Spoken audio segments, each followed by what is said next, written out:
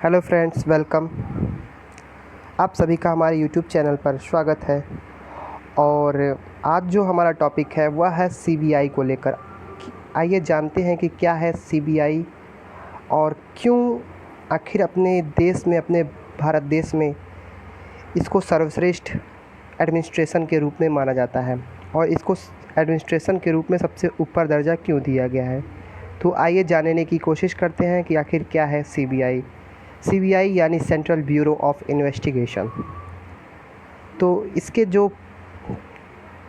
Main points है उस पर कुछ ध्यान देने की कोशिश करते हैं। तो सीबीआई यानी central bureau of investigation Bharat की एक प्रमुख अन्वेषण एजेंसी है। अन्वेषण मतलब जांच एजेंसी। यह भारत सरकार के कार्मिक, पेंशन तथा लोक शिकायत मंत्रालय के कार्मिक विभाग जो पीएमओ यानी प्रधानमंत्री ऑफिस के अंतर्गत आता है। जो अपना सीबीआई है वह प्रधानमंत्री ऑफिस पीएमओ के अंतर्गत आता है। हालांकि भ्रष्टाचार निवारण अधिनियम प्रिवेंशन ऑफ करप्शन एक्ट के तहत अपराधों के अन्वेषण के मामले में इसका अधीक्षण केंद्रीय सतर्कता आयोग यानी कि जो भ्रष्टाचार का मामला होता है वह सीवीसी के तहत जाता है, सीवीसी के पास जाता है। यह भारत की नोडल पुलिस एजेंसी भी है जो इंटरपोल की ओर से इसके सदस्य देशों में अन्वेषण संबंधी समन्वय है। जो इसकी अपराध सिद्धि दर है, कॉन्विक्शन रेट है, वो 65 से 70% तक है। अतः इसकी तुलना विश्व के सर्वश्रेष्ठ अन्वेषण एजेंसियों से की जा सकती है। यानी कि जो जिस भी मुद्दे पर यह जांच करती है सीबीआई, वह 65 से 70% तक इस पर सफल पा जाती है। अब आइए जानते हैं इसके हिस्टोरिकल बैकग्राउंड यानी ऐतिहासिक पृष्ठभूमि के बारे में।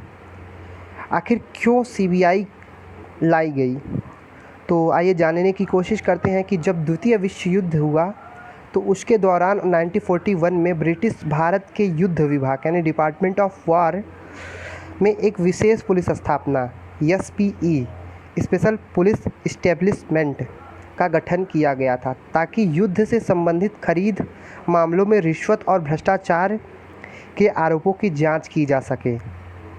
ठीक है, यह जांच के विभाग में मतलब 1941 जो अपना सेकेंड वर्ल्ड वार हुआ था तो उसी समय एक स्पेशल पुलिस इस्टेब्लिशमेंट मतलब कि पुलिस की स्थापना हुई, स्पेशल पुलिस की, जो आज के समय में सीबीआई का रूप ले ली है। तो अगला पॉइंट पे आने की कोशिश करते हैं कि दिल्ली नेक्स्ट पॉइंट क्या है अपना, दिल्ली विशेष पुलिस स्थापना अधिनियम मतलब डीएसपीई एक्ट। और डीएसपीई एक्ट मतलब 1946 को लागू करके भारत सरकार के विभिन्न विभागों संभागों में भ्रष्टाचार के आरोपों के अन्वेषण हेतु मतलब जांच हेतु एक एजेंसी के रूप में इसकी औपचारिक शुरुआत की गई। मतलब 1946 में इसे एक मतलब माना गया कि अब इसकी शुरुआत हो गई 1946 में। और सीबीआई को दिल्ली विशेष पुलिस स्थापना अधिनियम 1946 द्वारा अन्वेषण करने की शक्ति प्रदान की गई। मतलब सीबीआई जब आई तो सबसे पहले इसको दिल्ली में लागू किया गया 1946 में। और वर्ष 1963 में भारत सरकार द्वारा सीबीआई का गठन भारत की रक्षा से संबंधित गंभीर अपराधों, उच्च पदों पर भ्रष्टाचार, गंभीर धोखाधड़ी, ठगी व गबन और सामाजिक अपराधों, विशेष रूप से आवश्यक वस्तुओं की जमाखोरी, कालाबाजारी और मुनाफाखोरी के अन्वेषण हेतु किया गया। यानी कि 1963 में इसको किन किन मामलों पे अधिकार जांच करने का अधिकार मिला, ये आपको जैसे भ्रष्टाचार, गंभीर धोखाधड़ी, ठगी व गबन, सामाजिक अपराधों, इन सभी मामलों में इसको 1963 में अथॉरिटी मिली जांच करने के लिए। कुछ समय बाद ही चर्चित हत्याओं, अपहरण, विमान अपहरण, चरमपंथियों द्वारा किए गए अपराध जैसे अन्य अपराधों की जांच का उत्तरदायित्व भी इसे ही सौंपा गया। यानी कि जितने भी डिफेंस से रिलेटिव भी इसी को जांच करने के लिए उत्तरदायित्व सौंपा गया।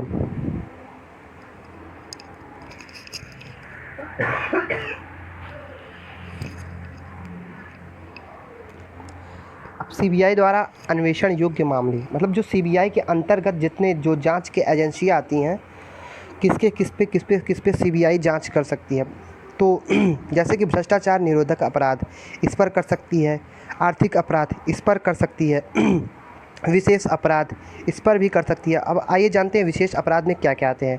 राज्य सरकार के निवेदन पर या उच्च न्यायालय एवं उच्च न्यायालयों के निर्देशक पर भारतीय दंड संहिता एवं अन्य कानून के अंतर्गत गंभीर सनसनीखेज एवं संगठित अपराध जैसे आतंकवाद, बम विस्फोटक, फिरौती के लिए अपहरण और माफिया अंडरवर्ल्ड द्वारा किए गए अपराध। एक बात और जान लीजिए आप लोग कि जो सीबीआई होती है वह सीबीआई को सिर्फ जांच करने की अथॉरिटी, मतलब जांच करने की अथॉरिटी और एडवाइस या फिर परमिशन देने का अधिकार सिर्फ और सिर्फ सेंट्रल गवर्नमेंट को है, ना कि स्टेट गवर्नमेंट को।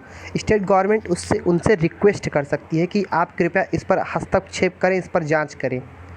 तो एक हाई कोर्ट के पास भी यह, हाई कोर्ट और सुप्रीम कोर्ट दोनों के पास यह होता है अथॉरिटी, दोनों के पास यह पावर होता है कि आप सीबीआई जांच करवा सकते हैं। नेक्स्ट पॉइंट क्या आता है, स्वतः संज्ञान के मामले में, मतलब सुओ मोटो केसेस। सीबीआई केवल केंद्र शासित प्रदेशों में स्वतः, जो मैंने आपको बताया वही सब इसमें लिखा गया है। अब आइए जानते हैं सीबीआई का निदेशक, मतलब डायरेक्टर ऑफ सीबीआई। दिल्ली विशेष पुलिस स्थापना अधिनियम, जो हम लोग तभी डीएसपीई के तहत मतलब जो बात कर रहे थे, महानिरीक्षक के रूप में संगठन के प्रशासन के लिए उत्तरदायित्व होता है। वर्ष 2000 तक सीबीआई निदेशक की नियुक्ति डीएसपीई अधिनियम 1946 के आधार पर की जाती है। वर्ष 2003 में विनीत नारायण मामले में सर्वोच्च न्यायालय की सिफारिश पर, मतलब सुप्रीम कोर्ट की सिफारिश पर डीएसपीई एक्ट को संशोधित किया गया, मतलब 2003 में इसी एक्ट को संशोधित किया गया। साथ ही एक समिति द्वारा केंद्र सरकार को सीबीआई निदेशक की नियुक्ति से संबंधित सिफारिश भेजी गई, जिसमें केंद्रीय सतर्कता आयोग, सेंट्रल विजिलेंस कमीशन सीवीसी के प्रतिनिधि तथा गृह मंत्रालय एवं कार्मिक और लोक शिकायत मंत्रालय के सचिव सदस्य के रूप में शामिल थे। वर्ष 2014 में लोकपाल अधिनियम ने सीबीआई निदेशक की नियुक्ति के लिए एक समिति का प्रावधान किया। सीबीआई का जो अध्यक्ष होता है वह प्रधानमंत्री होता है। अन्य सदस्य विपक्ष के नेता, सबसे बड़े विपक्षी दल का नेता, भारत का मुख्य न्यायाधीश, सर्वोच्च न्यायालय और गृह मंत्रालय, कार्मिक एवं प्रशिक्षण विभाग डीओपटी को योग्य उम्मीदवारों की एक सूची भेजता है। इसके बाद डीओपीटी वरिष्ठता, ईमानदारी और भ्रष्टाचार निरोधक मामले की जांच के आधार पर एक अंतिम सूची तैयार करता है और इसे समिति को भेजता है। सीवीसी अधिनियम 2003 द्वारा सीबीआई के निदेशक पर कार्यकाल के 2 वर्ष तक किया गया। और आपके काम में सिर्फ इतनी ही बातें हैं कि आखिर क्या है आपका CBI, central bureau of investigation. और थोड़ा सा और मैं आपको जानकारी के लिए बता देता हूँ कि आखिर सीआईडी क्या होता है। सीआईडी वह होता है जिसको एक स्टेट के रूप में जांच की एजेंसी के लिए लाया जाता है।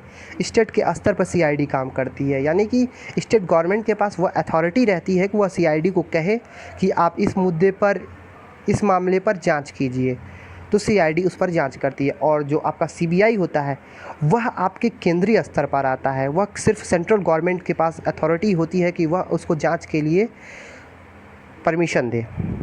धन्यवाद। अगर आपको यह वीडियो अच्छा लगे और इससे आप लोग कुछ जानकारी प्राप्त कर पाए हों तो प्लीज़ सब्सक्राइब माय चैनल, मेरे चैनल को सब्सक्राइब कीजिए और जानकारी के लिए लगातार बने रहिए। धन्यवाद।